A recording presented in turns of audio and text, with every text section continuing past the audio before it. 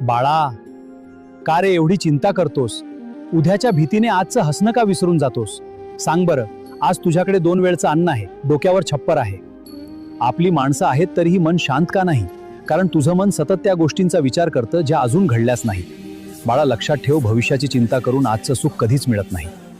तू म्हणतोस स्वामी, उद्या काय होईल? पण मी तुला विचारतो, आज जे काही आहे त्याबद्दल तू माझे आभार मानलेस का? तुझ्या आयुष्यात जे काही घडत आहे त्यामागे माझी काही ना योजना आहे. प्रत्येक उशीर हा नकार नसतो, कधी कधी तो योग्य वेळेची तयारी असते. तू फक्त संकट पाहतोस, पण त्या संकटामागे मी तुला अधिक मजबूत बनवत असतो. बाळा, चिंता केल्याने परिस्थिती बदलत नाही, पण विश्वास ठेवला तर परिस्थितीशी लढण्याची शक्ती नक्की मिळते. जे तुझ्या नशिबात आहे ते कोणालाही हिसकावून घेता येणार नाही, आणि जे तुझ्या नशिबात नाही ते कितीही धरून ठेवण्याचा प्रयत्न केलास तरी टिकणार नाही. म्हणून प्रत्येक सकाळी उठल्यावर चिंता नाही तर विश्वास घेऊन उठ. प्रत्येक रात्री झोपताना भीती नाही